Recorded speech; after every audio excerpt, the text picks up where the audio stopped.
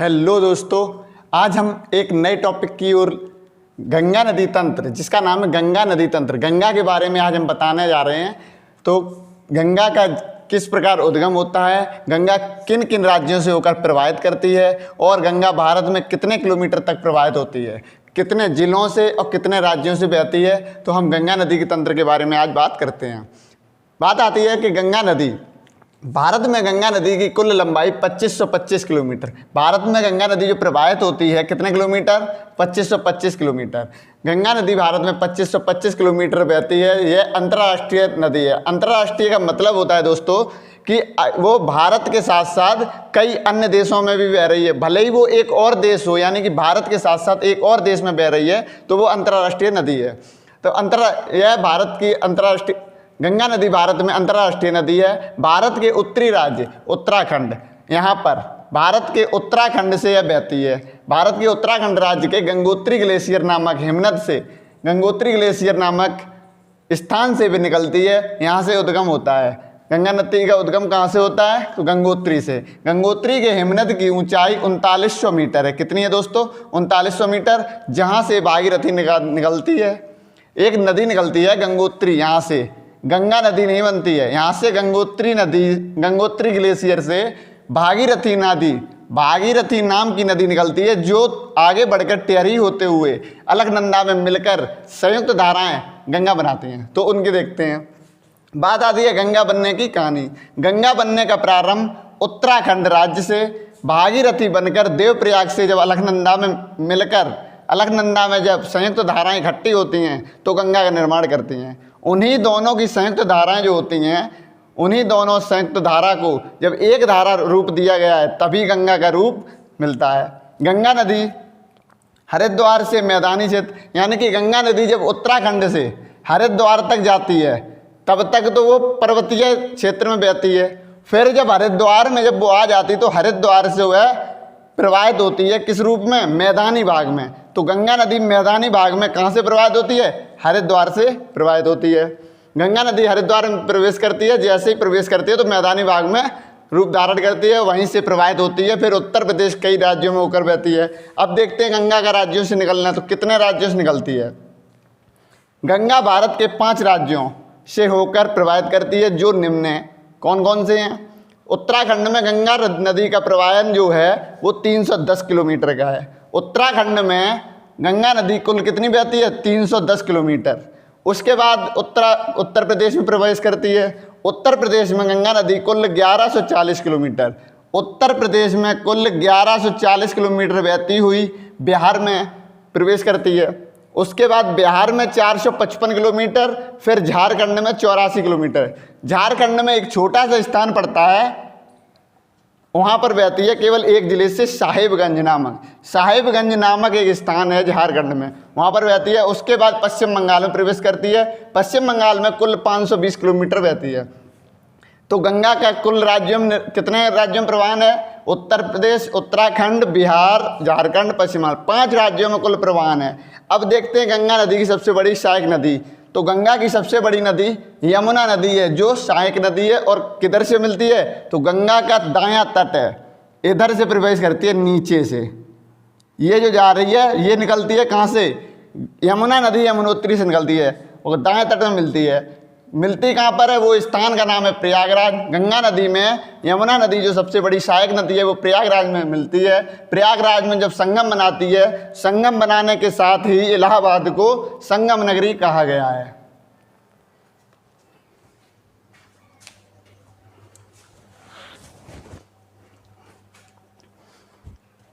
दोस्तों, मैप के आधार पर देखिए, ये हमारा उत्तराखंड है। भारत में ये उत्तराखंड है। हमने केवल नदी, जो गंगा नदी प्रवाहित होती है, उसी एरिया को लिया है मैप में। तो उत्तराखंड यहाँ से निकलती है। उत्तराखंड से प्रवेश करने के बाद, उत्तराखंड में प्रवाहन होने के बाद वो उत्तर प्रदेश में प्रवेश करती है। उत्तर प्रदेश में एक जिले का नाम है बिजनौर, यहाँ से। तो ये बिजनौर में प्रवेश करते हुए बिजनौर, बुलंदशहर, नरौरा, फर्रुखाबाद, कन्नौज होते हुए कानपुर, और ये जो छपरा प्रवेश करती है बिहार में। छपरा बिहार में जब प्रवेश करती है तो छपरा जिले से, उसके बाद साहिबगंज होते हुए पश्चिम बंगाल में प्रवेश करने के बाद यह बांग्लादेश में चली जाती है। ठीक है दोस्तों।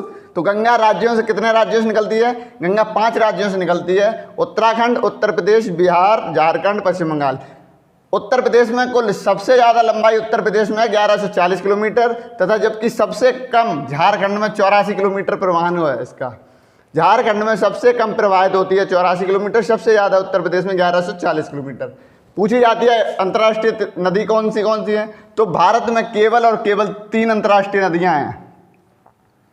कौन सी हैं? एक है सिंधु नदी, दूसरी है ब्रह्मपुत्र नदी और तीसरी गंगा नदी। इन 3 नदियों के अलावा ऐसी कोई नदी नहीं है भारत में जो अंतर्राष्ट्रीय नदी हो, जो भारत के अलावा किसी और भी देशों में बहती हो। 3 नदियां हैं केवल, ठीक है।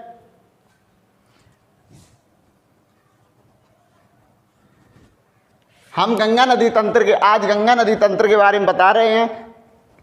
अगली कक्षा में हम सिंधु नदी तंत्र के बारे में बताएंगे, उसी प्रकार ब्रह्मपुत्र नदी के बारे में बताएंगे कि ब्रह्मपुत्र नदी का प्रवाहन कहाँ से कहाँ तक है, कहाँ से उद्गम करती है और कहाँ पर इसका मुहाना है। सुंदरवन डेल्टा कहाँ बनाती है, कौन सी नदी बनाती है, हम सभी के बारे में चर्चा करेंगे। गंगा का राज्यों से निकलना, आज हमारी कक्षा में 3 पॉइंट हुए। गंगा नदी के बारे में बताया, गंगा बनने की कहानी हुई, गंगा का राज्यों से निकलना, कितने राज्यों से निकलती है, और सबसे बड़ी सहायक नदी कौन सी है? यमुना नदी। अब हम आपको मैप द्वारा इसी पे आधार से बताएंगे कि गंगा नदी कितने राज्यों, कितने जिलों से बहती है, किन किन राज्यों में कौन से जिले से निकल कर जा रहे हैं। अब बात आती है कि गंगा स्वरूप राज्यों में, गंगा का राज्यों में किस प्रकार से विस्तार है, कितनी चलती हैं, और सबसे पहली बात आती है कि उत्तराखंड में कितना है। तो शतोपद हिमनद, उत्तराखंड में एक हिमनद है, यानी ग्लेशियर है शतोपद हिमनद। वहां से उत्तराखंड में बद्रीनाथ पीक के बाद केदारनाथ के कुछ उत्तर में गंगोत्री नामक ग्लेशियर से उद्गम होता है। किस नदी का? गंगा नदी का। जबकि शतोपद हिमनद से 2 नदियां धौली गंगा और विष्णु गंगा बनकर संयुक्त धारा जो कि अलकनंदा नदी का निर्माण करती हैं। विष्णु प्रयाग में धौली गंगा और विष्णु गंगा 2 नदियां चलती हैं। वो मिलती कहाँ पर है? ये दोनों नदियां मिलती हैं विष्णु प्रयाग नामक स्थान पर। जब विष्णु प्रयाग नामक स्थान पर मिल जाती हैं तब वहां से एक नदी का निर्माण करती हैं। कौन सी नदी? अलकनंदा नदी, ठीक है। यही अलकनंदा नदी देवप्रयाग में जब पहुंचती है तो भागीरथी नामक नदी से निकलती है, जो गंगोत्री नामक नदी से आती है। गंगोत्री नामक नदी से जो यमुना नदी, गंगा नदी आती है, वही हमारी भागीरथी नदी बनकर आती है। वो निर्माण, और जब वो अलकनंदा नदी में संयुक्त धारा बनाती है तब वहां से केवल और केवल एक नदी चलती है, जिस नदी को हम गंगा नाम देते हैं। गंगा का रूप वहीं से प्राप्त होता है तथा अलकनंदा नदी में विष्णु प्रयाग जो कि स्थान से कुछ दूर बाद दाएं तट से नंदाकिनी नदी, मंदाकिनी नदी नहीं, नंदाकिनी नदी मिलती है। नंदाकिनी नदी मिलती है, कहां से मिलती है? दाएं तट से। नदियों के 2 तट होते हैं, गंगा ये बायां तट और ये दायां तट, ठीक है, 2 दिशाएं। उसके बाद बात आती है कि नंदाकिनी नदी मिलती है गंगा नदी ऋषिकेश के बाद। गंगा नदी ऋषिकेश के बाद हरिद्वार से मैदानी भाग में प्रवेश करती है। गंगा नदी जो है ऋषिकेश में गंगा जी की बहुत बड़ी पूजा होती है। वहां से हरिद्वार तक पहुंचते हुए पर्वतीय क्षेत्र में गंगा नदी बहती है। उसके बाद ये मैदानी भाग में प्रवेश करती है। अब बात आ रही है कि गंगा नदी से निकाली गई नहरें कितनी हैं। तो गंगा नदी से मुख्य 3 नहरें निकाली गई हैं। सबसे पहली आती है कौन सी? अपर गंगा नहर, दूसरी है मध्य गंगा नहर। अपर गंगा नहर जो है वो हरिद्वार से निकाली गई है। उसके बाद मध्य गंगा नहर बिजनौर से निकाली गई है, और बिजनौर से ही गंगा नदी का उत्तर प्रदेश में प्रवेश हो जाता है। गंगा नदी का उत्तर प्रदेश में प्रवेश किस जिले से होता है? वो होता है बिजनौर जिले से। तो बिजनौर से गंगा नदी उत्तर प्रदेश में प्रवेश करती है। उसके बाद तीसरी नहर जो है निम्न गंगा नहर। पहली है अपर गंगा नहर, दूसरी है मध्य गंगा नहर और तीसरी आती है निम्न गंगा नहर। ये तीनों नदियां, ये तीनों नहरें पहली हरिद्वार से निकलती है, दूसरी बिजनौर से, तीसरी नरौरा बुलंद से। नरौरा यानी कि बुलंदशहर में सबसे बड़ा परमाणु संयंत्र है किसका? उत्तर प्रदेश का। उत्तर प्रदेश का एकमात्र परमाणु संयंत्र।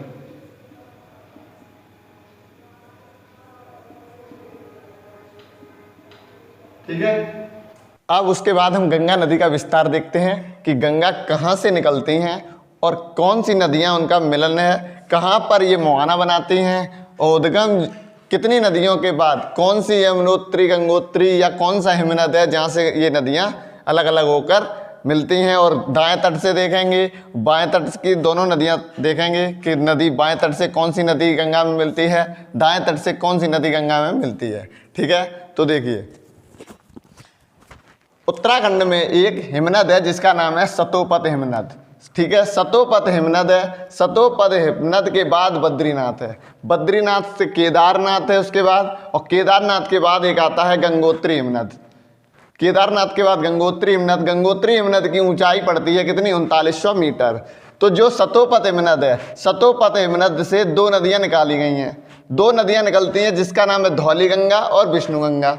ये दोनों नदियां एक जगह पर मुहाना बनाती हैं, यानी कि एक जगह पर एक धारा बनाती हैं, वो है स्थान विष्णुप्रयाग। उत्तराखंड में विष्णुप्रयाग स्थान पर ये दोनों नदियां मिलती हैं, विष्णुगंगा और धौलीगंगा। जब ये दोनों संयुक्त धारा मिलाती हैं तब वहीं से नदी शुरू होती है, कौन सी, अलकनंदा नदी। वहाँ से अलकनंदा का विस्तार शुरू हो जाता है, वहाँ से अलकनंदा प्रवाह होने लगती है। इधर गंगोत्री जो ग्लेशियर है, गंगोत्री ग्लेशियर से एक नदी निकलती है जिसका नाम है भागीरथी नदी। भागीरथी नदी निकलती है और एक आती है दाएं से भिलंगना नदी। जो टिहरी बांध, भारत का सबसे ऊंचा बांध जो है टिहरी बांध, उसमें दोनों नदियां एक मुहाना बनाती हैं, और पानी को जब इकट्ठा जल हो जाता है उस ब्रांच में टिहरी बांध से, तो वहाँ से एक नदी निकलती है, वही भागीरथी बनकर। जब यह गंगोत्री से भागीरथी मिलकर टिहरी बांध से होते हुए भागीरथी अलकनंदा पर एक मुहाना बनाती हैं। अलकनंदा पर दोनों कौन सी नदियाँ, भागीरथी और अलकनंदा, दोनों नदियाँ एक विस्तार से चलती हैं और पानी को जब मिला देती हैं, धारा इकट्ठी हो जाती है, तो वहीं से हमारी जो मुहाना होता है, मिलन स्थल है, कहाँ पर है, वो देवप्रयाग में मिलती हैं। ये भागीरथी नदी और अलकनंदा नदी देवप्रयाग में मिलती हैं। देवप्रयाग से मिलने के बाद जो संयुक्त धारा दोनों नदियों की है, वहीं से हमारी शुरू होती है गंगा की कहानी। गंगा हमारी देवप्रयाग से बनती है, ना कि गंगोत्री से। गंगोत्री से भागीरथी नदी निकलती है, जबकि विष्णुप्रयाग और धौलीगंगा, विष्णुगंगा धौलीगंगा विष्णुप्रयाग में मिलती है, जो सतोपत हिमनद से निकलती हैं। ये नदियाँ जब दोनों मिलकर देवप्रयाग में अलकनंदा और भागीरथी एक संयुक्त धारा बनाती हैं, वहीं से हमारी गंगा शुरू होती है। उसके बाद गंगा पहुँचती है ऋषिकेश। गंगा की सबसे बड़ी पूजा होती है, गंगा जी की पूजा सबसे बड़ी ऋषिकेश में पूजा होती है, उत्तराखंड में। ऋषिकेश में झूला पड़ता है, लक्ष्मण झूला। ठीक है, उसके बाद ऋषिकेश के बाद हरिद्वार मैदानी प्रवेश में प्रवेश करती, हरिद्वार तक ये चलती है। गंगा नदी जो है अलकनंदा दोनों मिलकर संयुक्त धारा बनाती है, ये ऋषिकेश तक पहुँचती है पर्वतीय क्षेत्र में। पर्वतीय क्षेत्र के बाद ये जब हरिद्वार पहुँचती है, तब वहाँ से ये अपना रूप धारण करती है, रूप जो मैदानी प्रवेश में प्रवेश करती है, मैदानी भाग में, मैदानी एरिया में प्रवेश करती है। उसके बाद ये उत्तर प्रदेश में शुरू होती है, कहाँ, बिजनौर जिले से।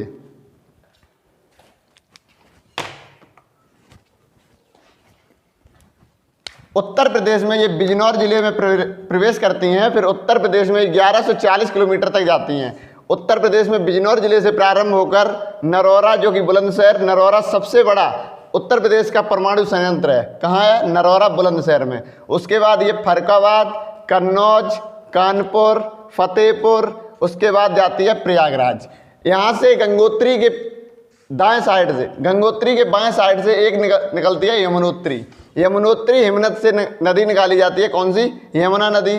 वहाँ से यमुनोत्री से जब यमुना नदी निकलती है तो वो अपने बाएं साइड से, बायां तट से मिलती है, कहाँ, प्रयागराज में संगम बनाती है, किसके साथ, गंगा में। यमुनोत्री से निकली हुई यमुना नदी जो बाएं तट से गंगा में मिलन करती है, वहीं पर इलाहाबाद में संगम बनाती है।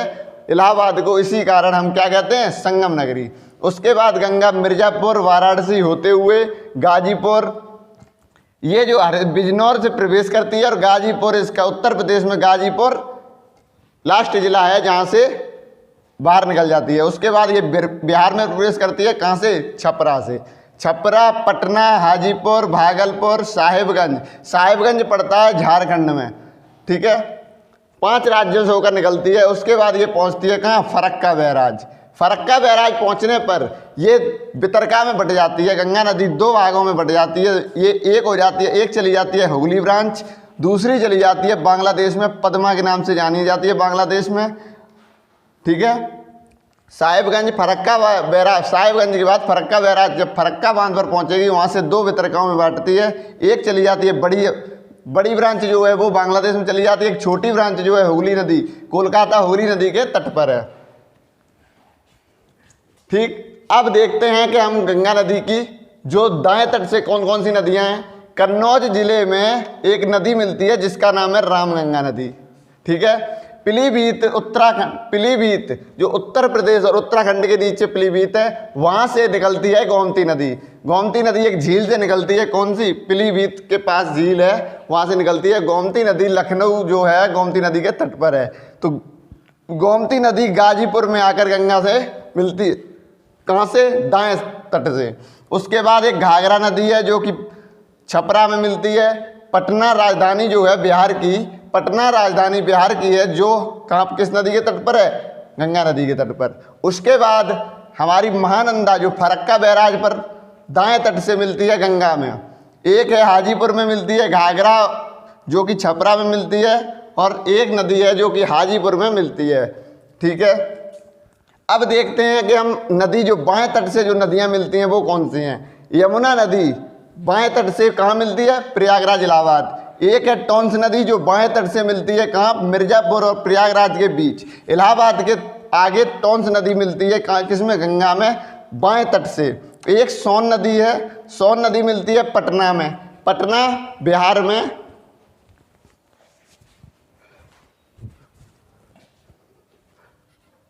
पटना बिहार में सोन नदी मिलती है। उसके बाद कोई और बाएं तट से कई नदियां हैं छोटी छोटी, और वो गंगा में मिलती हैं। इस प्रकार हमारी गंगा जो है बांग्लादेश में प्रवेश करती है, कहाँ से, फरक्का बैराज से। इसकी मेन ब्रांच जो है वो बांग्लादेश में चली जाती है, और एक ब्रांच हुगली, जो छोटी सी ब्रांच हुगली जो पट जाती है, वितरका, इसे वितरका कहते हैं। गंगा नदी की वितरका हुगली नदी को कहते हैं।